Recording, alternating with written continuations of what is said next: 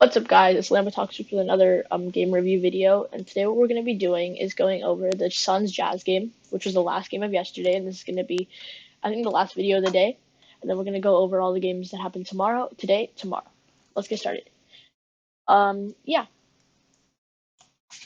So, beginning on the Suns side of this game, the Suns ended up winning this game, which brings their record through the first 5 games to 4-1, which is very good, and like the Suns weren't expected to be this good, especially like the Suns have just been hot though throughout the like past like 15-ish games. And it's like there was the bubble Suns, who went 8-0, and the Suns not overhauled their roster, but they made so many big roster changes that like you expected them to take like some time to like get used to like their roster and like find that chemistry again. But it seems like they're clicking instantly, which is really good to see. And like tonight I feel like it was just Devin Booker shining. And in a game where Chris Paul plays well, Chris Paul just puts up like a Chris Paul stat line, but DeAndre Ayton plays terrible.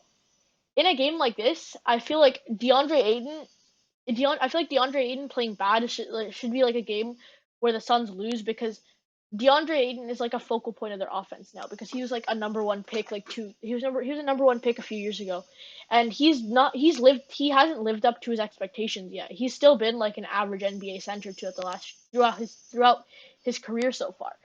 So what I feel like he needs to do is be a little bit more aggressive and make more plays on the ball. And yeah, Devin Booker had a very good stat line this game, going for 25 points, 7 assists and 3 rebounds. And he was surrounded and his second and like this game showed good performances from Mikal Bridges and Jay Crowder, which was very good because these guys are the supporting cast around Devin Booker, DeAndre Ayton, and Chris Paul, which is like they're sort of like three focal points of their offense. But when you have players like Mikal Bridges go for 16 points and 6 rebounds, and Jay Crowder goes for 16 points, 6 rebounds, and 1 assist, and Cameron Payne and Cam Johnson go for two rebounds, 2 assists, and 10 points each, and like they're playing very well. And Chris Paul goes for 8 assists. Like this team just plays like a team that has been playing with each other for the last 5 years, even though they just started playing with each other this season. Like Jay Crowder is playing like he's similar to the way he did in Boston. He's playing like a good offensive player, and Devin Booker is just doing Devin Booker things. Like this team is just very like different than any other team in the league, and they can beat you in so many ways, which is like very good for them. And Jay Crowder just came out and started hitting shots in the second quarter. They've showed him hitting 2 shots so far, and like he just came out and started swinging in the second quarter, which literally really led them to have this cushion going into the second half, which I feel like resulted in them winning this game.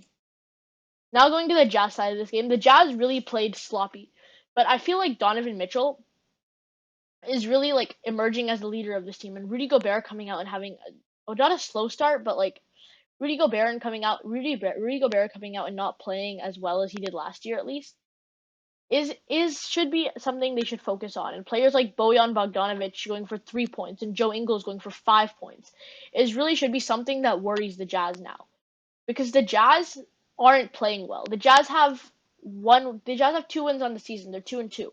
But Donovan Mitchell has games where he goes for 23, 6, and 3, which is a very good stat line. But then when he does this, Bojan Bogdanovic goes for 3 points, 1 assist, and 1 rebound, which really like doesn't work for them because the Jazz is a team where like they have to have everyone playing well together if they want to sort of make a splash and if they want to like make a run in the West because the West is very good. And like right now, the Jazz aren't playing like an elite basketball team like they did last year against that series in the Nuggets. I was like the first 4 games that series in the Nuggets at least they were playing very well, but right now I feel like they aren't playing as well. Yeah. So the statistical leaders for the Jazz were Donovan Mitchell going for 23 points, 3 assists, and 6 rebounds. Rudy Gobert going for 18 points and 14 rebounds, and Mike Conley going for 16 points, 4 assists, and 5 rebounds. So yeah, that's it for the video.